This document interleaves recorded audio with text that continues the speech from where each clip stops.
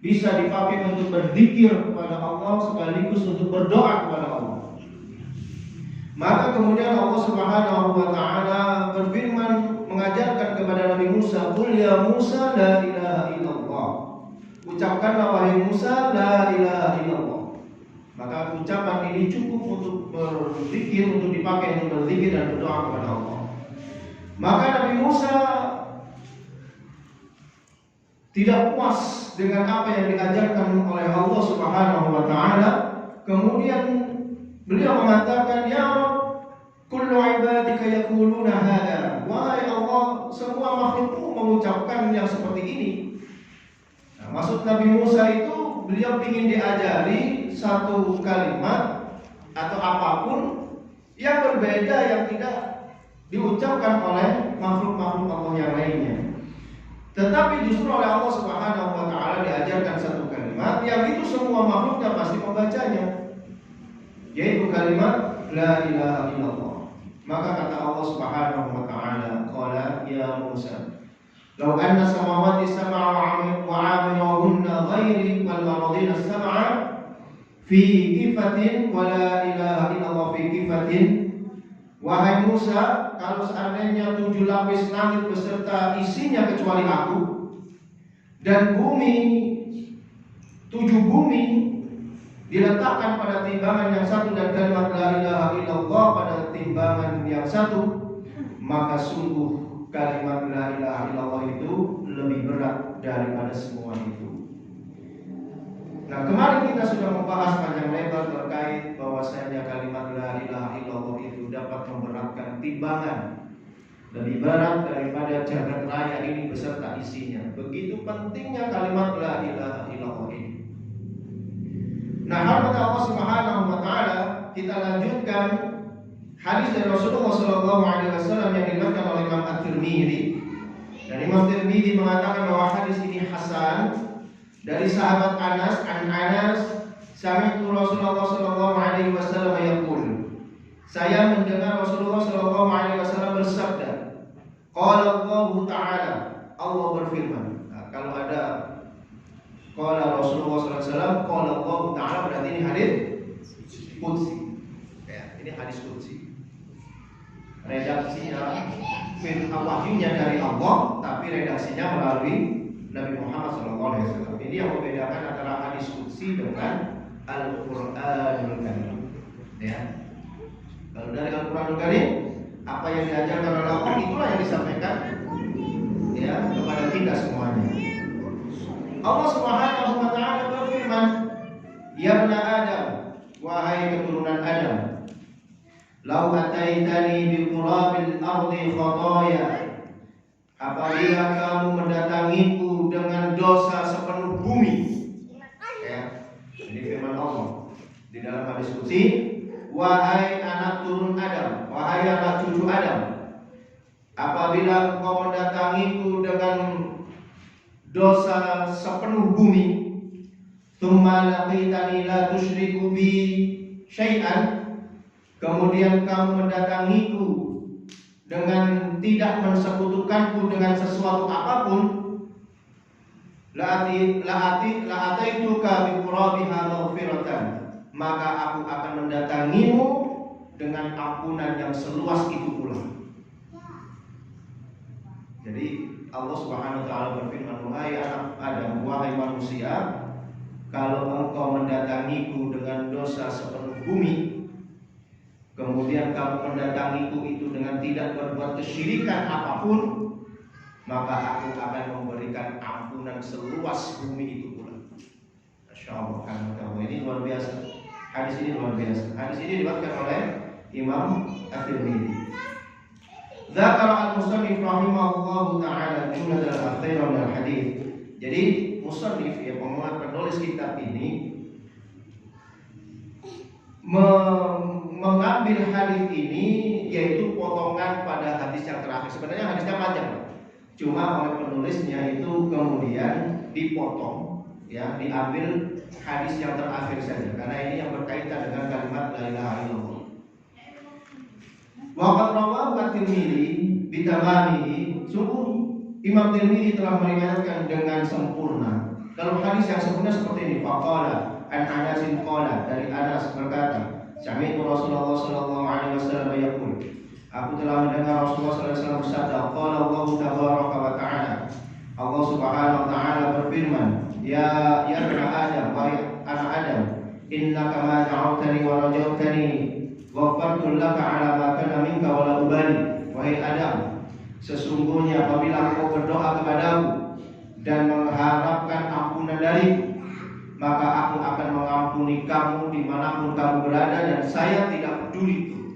Artinya kalau kita betul-betul mengharapkan ampunan dari Allah, seberapapun dosa yang kita lakukan akan diampuni oleh Allah Subhanahu wa taala, dan Allah tidak mempedulikan apa yang sudah diperbuat. Ini hadis versi panjangnya. Ya bani Adam, law balagha dhunubaka 'anani sama, tsumma astaghfartani ghafartu laka wa la ubali. Wahai anak Adam, apabila dosamu itu memenuhi langit, kemudian engkau meminta ampun kepadaku, ghafartu laka, maka aku akan mengampunimu, wa la ubali, dan aku tidak peduli dengan dosa-dosamu yang lalu. Masya Allah, ini maha pengampunnya Allah. Ya bani Adam, innaka law ataitani, ini baru potongan hadis yang belakang. Ya bani Adam, law ataitani bil qurabil ardi khataya, thumma laqitani la tusyriku bi syai'a. Wahai anak Adam, jika engkau mendatangiku dengan dosa memenuhi bumi, kemudian mendatangiku dengan tidak mensekutukanku dengan sesuatu apapun, la ataituka bil qurabiha maghfiratan, maka aku akan mendatangimu dengan ampunan yang seluas bumi pula. Hamad Allah Subhanahu wa taala. Hadis ini diriwayatkan oleh Imam Tirmidzi. Ismuhu Muhammad bin Isa bin Sawrah. Ya, namanya adalah Muhammad bin Isa bin Sawrah. Nama Imam Tirmidzi itu. Ibnu Musa Ibnu Dhahhak As-Sulami Abu Isa, Shahibul Jami' wa Ahadul Huffaz. Ya, beliau yang menulis kitab Al-Jami dan salah seorang dari Huffaz. Ya, Huffaz itu orang yang pada tingkatan tertentu dari ulama hadis, ya. Nah, beliau itu anehnya kana gharirul basar. Imam Tirmidzi itu adalah seorang yang buta, tapi bisa meriwayatkan hadis. Begitu. Kelebihannya di situ. Orang buta tapi bisa meriwayatkan hadis. Ada ulama Saudi juga yang buta, ada. Siapa? Syekh Bibas. Ulama buta tapi hafal hadis, hafal Al-Quran, Masya Allah, luar biasa ya.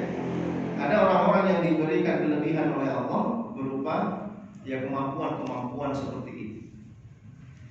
Nah, hamd Allah Subhanahu wa taala, beliau banyak meriwayatkan hadis itu dari Qutaibah, dari Hanad, dari Al-Bukhari. Al-Bukhari termasuk guru beliau, ya.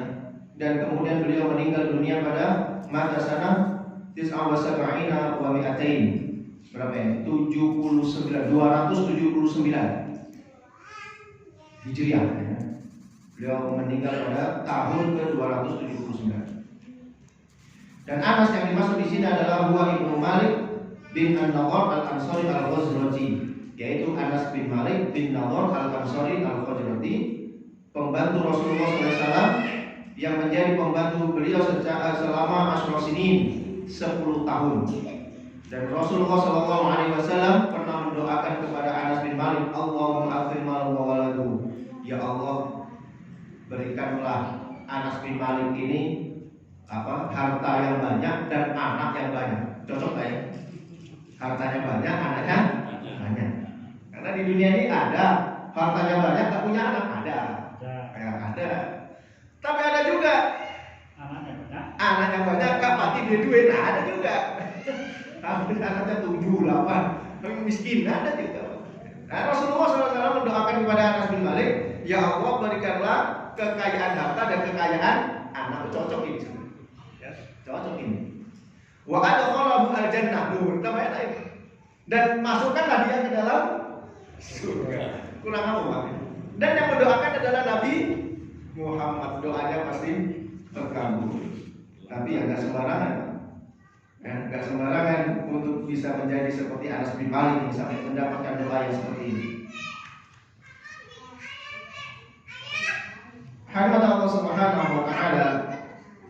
kita membahas daripada hadis yang diriwayatkan oleh Imam At-Tirmidzi dari jalur sahabat Anas bin Malik, ya, seorang sahabat yang didoakan oleh Rasulullah SAW dengan banyaknya harta dan banyaknya anak dan dimasukkan ke dalam surga Allah Subhanahu wa taala.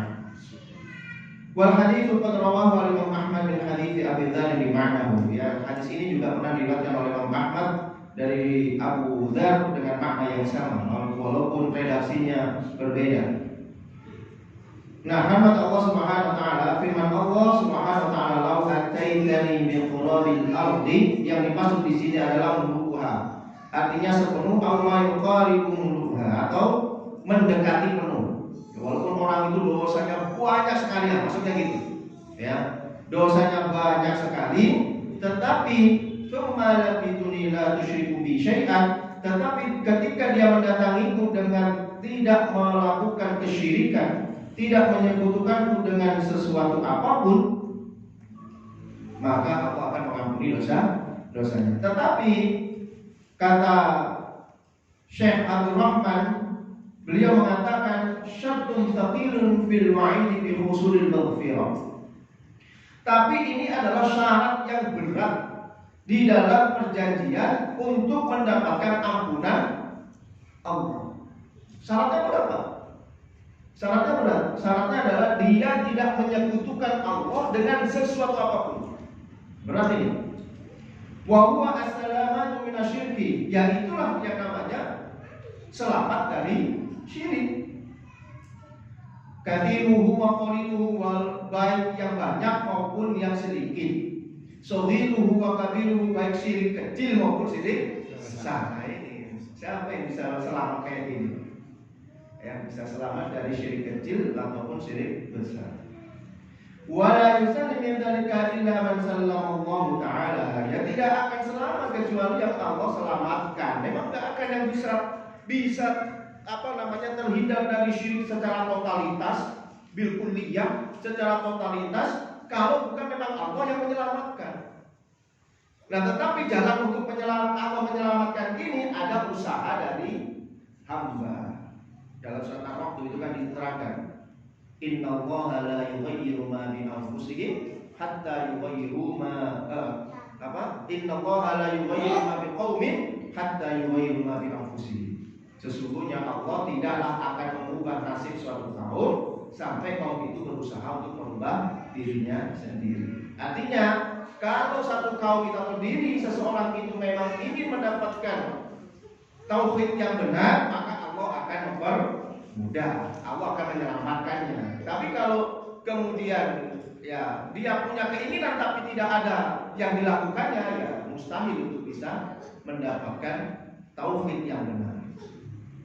Maka inilah yang disebut wadzalika huwa al-qalbul salim. Inilah yang disebut sebagai hati yang selamat, sebagaimana firman Allah Subhanahu wa taala, yaumul la yanfa'u malun wala banun illa man atallaha biqalbin salim. Pada hari di mana harta dan anak-anak itu tidak ada faedahnya kecuali siapa yang datang kepada Allah dengan hati yang selamat. Kemudian qala Ibnu Rajab berkata, man ja'a tauhid bi qurabil ardi khataya. Barang siapa yang datang dengan tauhid sementara dia juga membawa dosa yang memenuhi langit, memenuhi bumi, maka Allah akan mendatanginya dengan ampunannya yang seluas itu pula.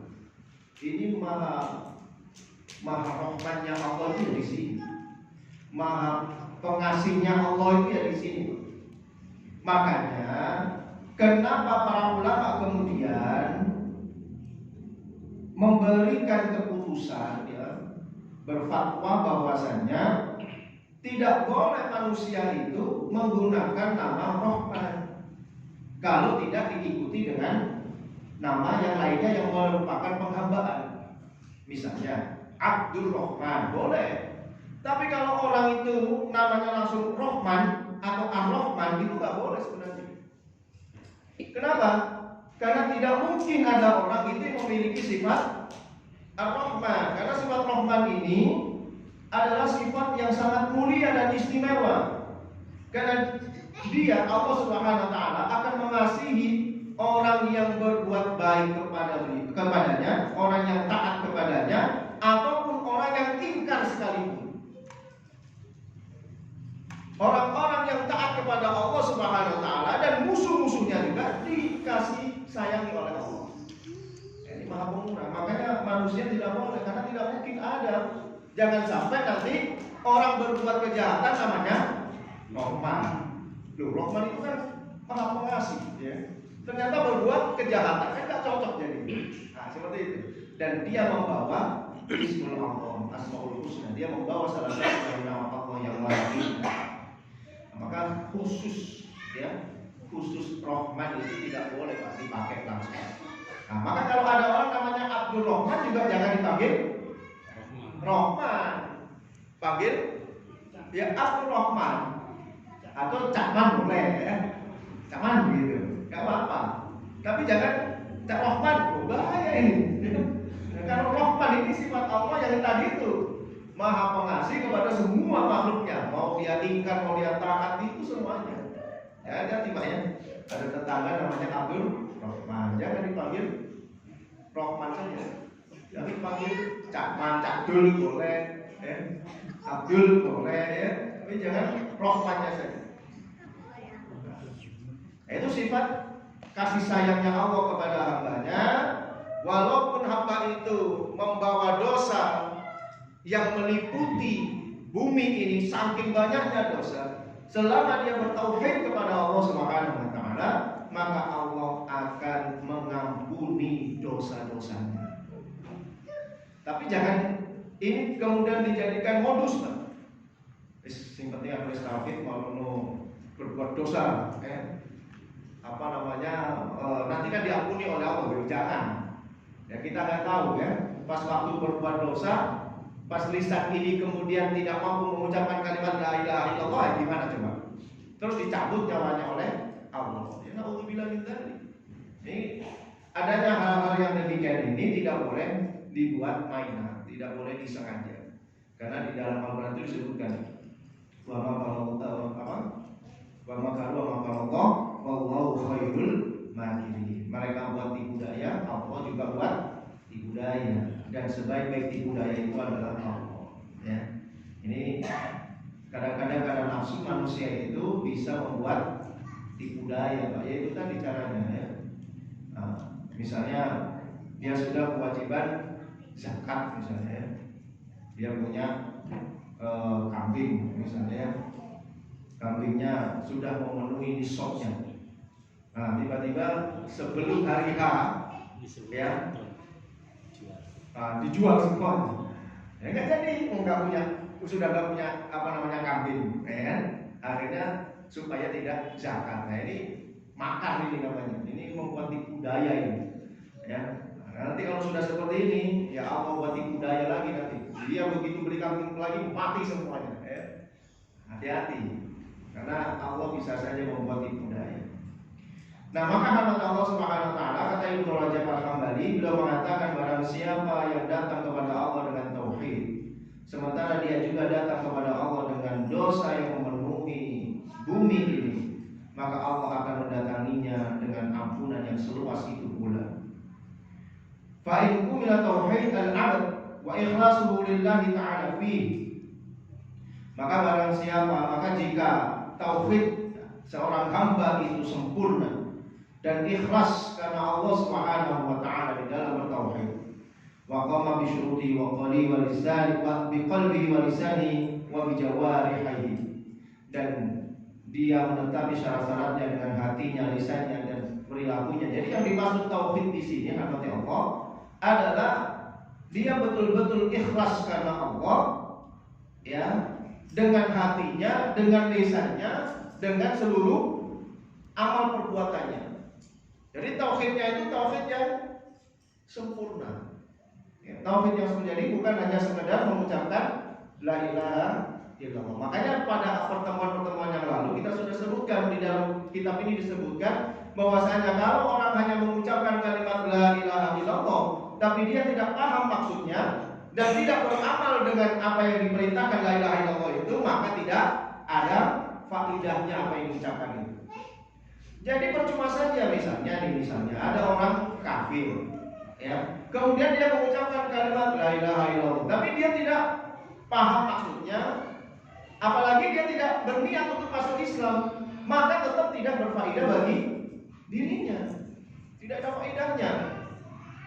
Sampai betul-betul dia yakin, dia ucapkan itu dengan ikhlas karena Allah Subhanahu wa taala, maka tauhidnya itu berfaedah bagi orang tersebut. Sama dengan orang yang cukup mengucapkan kalimat la ilaha illallah saja, tetapi dia tidak paham, walaupun meninggal dunia mengucapkan kalimat la ilaha illallah misalnya, tapi sebenarnya dia tidak paham dengan kalimat la ilaha illallah itu, maka itu pun juga tidak berfaedah bagi dirinya. Nah ini sekaligus ya membantah ada ulama yang kemudian mengatakan yang dimaksud dengan kalimat la ilaha illallah, pokoknya mengucapkan la ilaha illallah sudah dakhala jannah. Lah kalau cukup mengucapkan la ilaha illallah, orang Khawarij juga mengucapkan la ilaha illallah. Ya, orang Mu'tazilah mengucapkan la ilaha illallah juga. Orang Jabariyah, Qadariyah, semua aliran-aliran di luar Ahlus Sunnah pada zaman dahulu, semuanya itu mengucapkan kalimat la ilaha illallah. Bahkan orang yang membunuh Ali bin Abi Thalib itu adalah orang yang hafal Al-Quran, orang yang kemudian ahli sholat tahajud juga, tapi bisa membunuh Ali bin Abi Thalib radhiyallahu anhu. Jadi tidak cukup dengan kalimat la ilaha illallah, ya, harus dipahami kemudian diamalkannya. Maka kalimat la ilaha illallah yang seperti itulah baru ya bermanfaat bagi orang tersebut.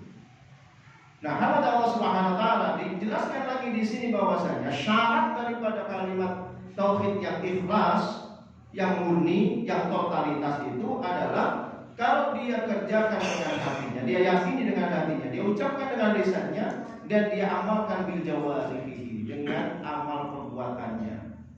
Au bi qalbihi wa lisanihi 'indal maut. Atau dengan hatinya dan lisannya ketika dia hendak meninggal dunia. Jadi tidak hanya sekedar lisan tapi juga hatinya. Aujaba dzalika maghfiratan ma qad salafa min adh-dhunubi kulliha, maka Allah akan memberikan ampunan kepada orang ini yang terhadap dosa-dosanya yang telah lalu. Nah, kalau dia mengucapkan la ilaha illallah itu dengan hati dan lisannya ketika dia akan meninggal dunia, maka dosa-dosa yang telah lalu akan diampuni oleh Allah Subhanahu wa taala. Wa mana'uhu min dukhulin nar bil kulliyah, dan yang akan mencegahnya dari dimasukkan ke dalam neraka secara totalitas. Enggak mungkin dia akan masuk ke dalam neraka kalau sudah seperti ini. Makanya dengan seperti ini kita akhirnya memahami Allah, betapa pentingnya tauhid itu. Ya, betapa celakanya orang yang berbuat kesyirikan. Maka kalau urusan tauhid itu kita mesti hati-hati. Ya, kita mesti hati-hati. Kalau urusan-urusan yang lainnya, ya produk sembrono nggak apa-apa. Tapi kalau urusan tauhid jangan sampai macam-macam. Ya, karena tauhid ini faedahnya sangat luar biasa. Penentu ini, yang menentukan kita nanti bisa berjumpa dengan Allah ataukah tidak, yang menentukan kita nanti selamat di akhirat ataukah tidak, ya tauhid itu. Makanya kalau urusan-urusan kayak seperti ini kita mesti hati-hati. Kalau diajak orang misalnya, oh ini nggak apa-apa, ya ini nggak apa-apa. Tapi kalau kita ragu, wah ini kayaknya pelanggaran ini secara syariat. Oh ini nggak apa-apa, atau doanya tetap kepada Allah walaupun kita berikan kepada yang gaurang desa ini misalnya ya. Tapi kan doanya tetap kepada Allah. Kita iringi dengan doa-doa, baca Al-Quran dan seterusnya. Nah ini kalau kita ragu, ya benar doanya kepada Allah, tapi kok ini diberikan kepada yang menunggu ini jangan-jangan kayak orang-orang kafir zaman dahulu, ya.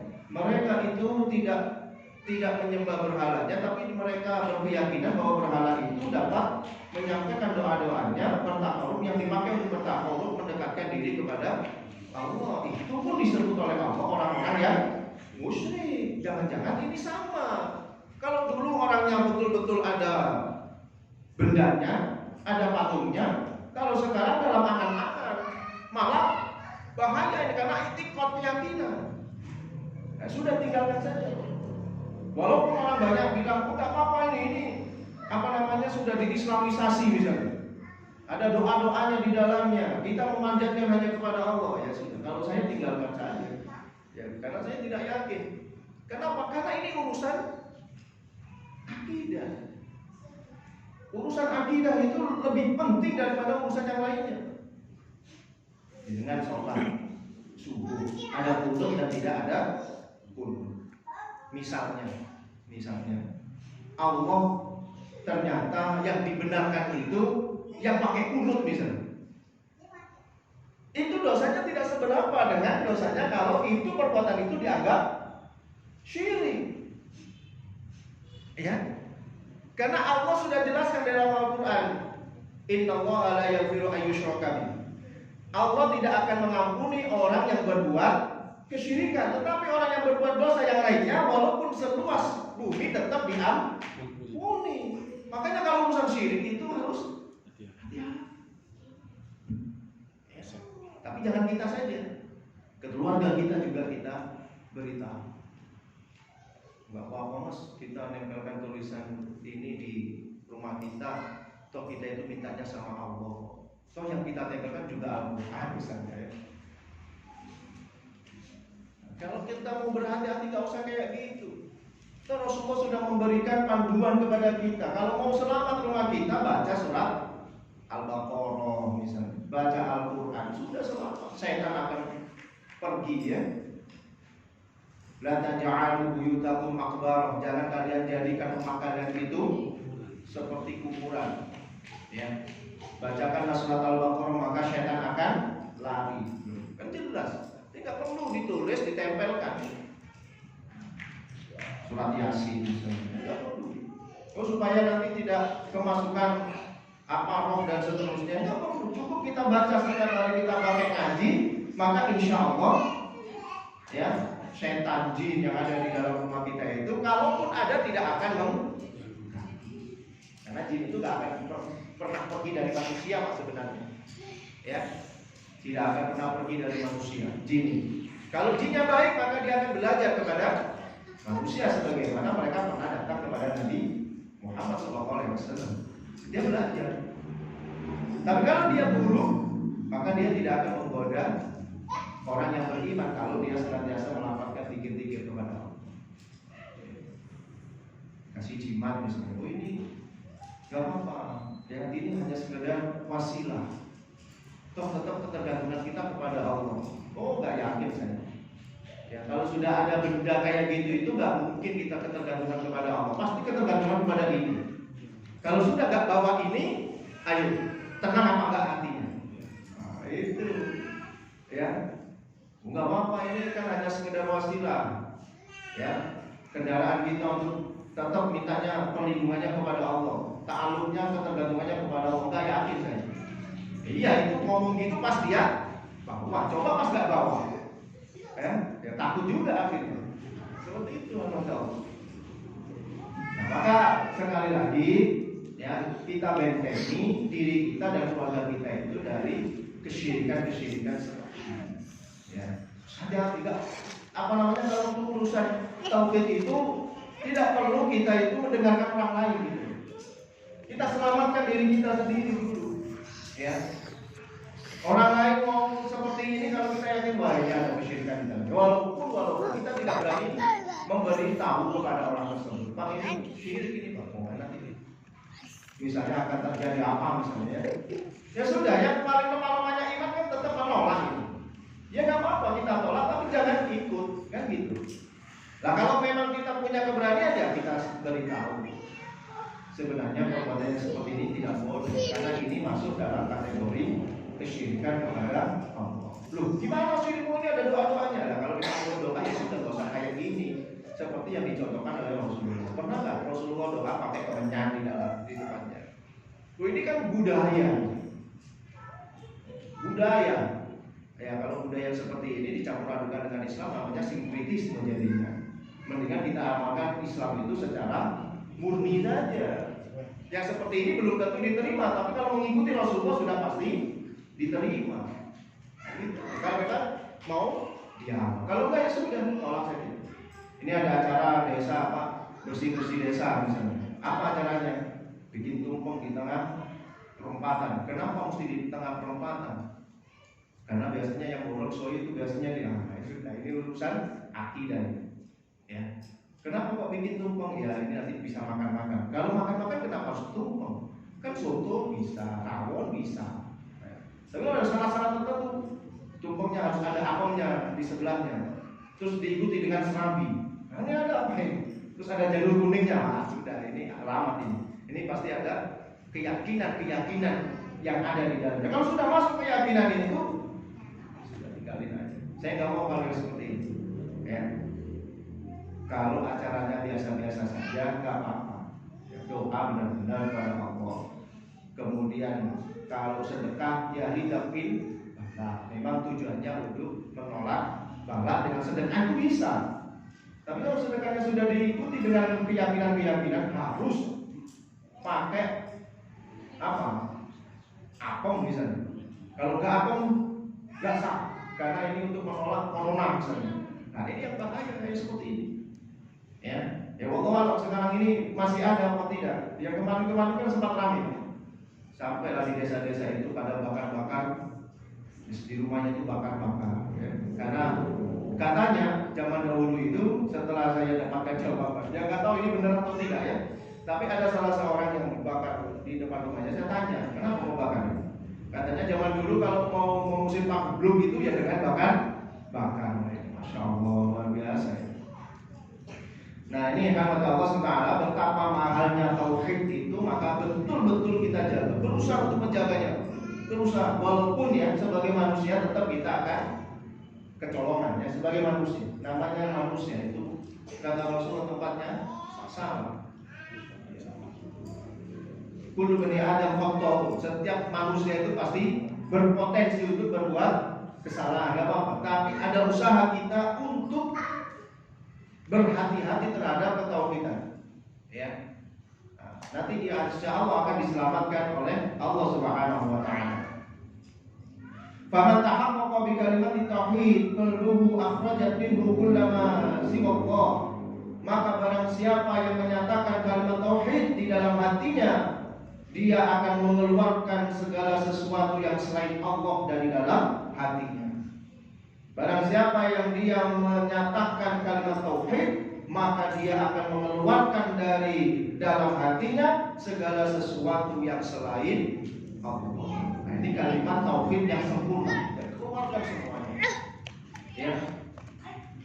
Mahabbatan wa ta'zimatan, dari kecintaan dan pengagungan. Nah, ini yang susahnya di sini, Pak.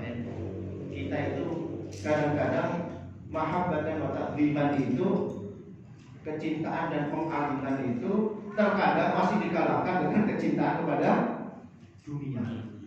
Ya, ini nggak bisa dipungkiri. Ya, terkadang kecintaan kita terhadap dunia itu melebihi kecintaan kita kepada Allah. Padahal itu diterangkan di dalam surat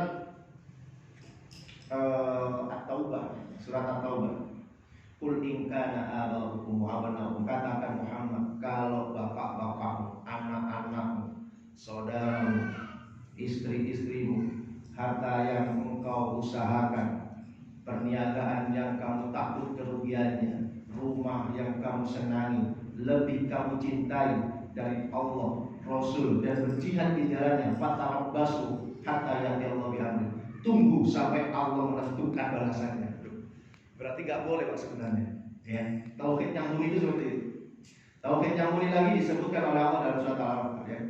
Apabila diperdengarkan kalimat Allah, bergetar hatinya. Kalau Allahu Akbar, bergetar. Apabila dibacakan nama-nama Allah, maka ayat-ayat Allah, maka bertambah keimanannya. Oh ini luar biasa. Ini tauhid yang sangat luar biasa. Makanya ketika Rasulullah SAW itu memerintahkan kepada sahabat untuk berjihad di jalan Allah, berlomba-lomba mereka bi'amwalikum wa anfusikum, harta dan jiwanya serahkan semuanya. Abu Bakar datang dengan sepenuh hartanya, berikan semuanya kepada Rasulullah. Rasulullah tanya, apa yang kamu sisakan untuk keluargamu ya Abu Bakar? Allah dan Rasul. Luar biasa. Hartanya itu tidak mendekam di dalam hatimu. Kalau kita itu, harta itu betul-betul mendekam di hati.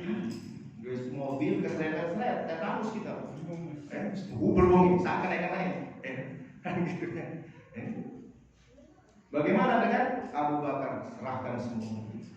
Utsman bin Affan separuh hartanya diserahkan semuanya. Masya Allah, tidak ada sedikit pun harta. Ada seorang sahabat sholat ya, dia punya kebun yang paling baik di Madinah, ya kebun kurma yang paling baik di Madinah, yang buahnya paling banyak, pokoknya paling gembel, paling bagus buahnya, terkenal ini. Begitu dia sholat, Allah, sholat ini, nah ketika itu kebun kurmanya sedang berbuah. Nah sambil sholat sambil hitung-hitungan. Oh ini nanti kalau panen sekian, kalau dijual dapat sekian, gitu kan? Sampai dia lalai, baru sadar pas salam, assalamualaikum, astagfirullah, saya sedang sholat ini. Ya, setelah sholat langsung datang ya Rasul kepada Rasul, ya Rasul, kebun saya yang itu saya hibahkan untuk umat Islam. Luar biasa Pak ya. Kita bisa pakai gitu. Sholat Allahu Akbar, ingat kunci motor masih kandil di motornya. Kemudian setelah sholat langsung diambil kuncinya Ustaz untuk dakwah Islam. Ya, ini gara-gara motor ini saya khusyuk saya hilang. Sahabat itu gara-gara kurma khusyuk saya hilang. Ya sudah, yang menyebabkan khusyuk saya hilang ini saya sedekahkan biar saya bisa khusyuk. Oh, luar biasa ya. Kalau ada umat Islam hari ini seperti itu, masya Allah, luar biasa. Ya, ini sahabat. Makanya tauhid ya tingkat tinggi, dia mengeluarkan segala sesuatu yang selain Allah dari kecintaan, pengagungan, waijazalan, ya, wa mahabbatan, wa khasyatan, wa tawakkalan, yang takut, harap, semuanya tawakal itu untuk Allah Subhanahu wa taala. Wa hina idin taharraqa dhunubahu wa khatayahu kullaha wa in kanat bitul zabatil bahr. Maka kalau orang bisa melakukan seperti itu, dia mengeluarkan semua dalam hatinya selain Allah Subhanahu wa taala, dari kecintaan, dari penghambaan, dari pengagungan, dari takut, tawakal dan lain sebagainya tadi, maka pada saat itulah Allah sedang membakar dosa-dosanya dan kesalahannya, walaupun dosa-dosanya seperti buih di lautan. Masya Allah. Ya, jadi syarat untuk mendapatkan ampunan dari Allah Subhanahu wa taala itu adalah tauhid yang benar. Maka kita ajarkan itu kepada anak-anak kita, kepada keluarga kita, ya. Nah, kalau minta itu minta sama Allah dulu.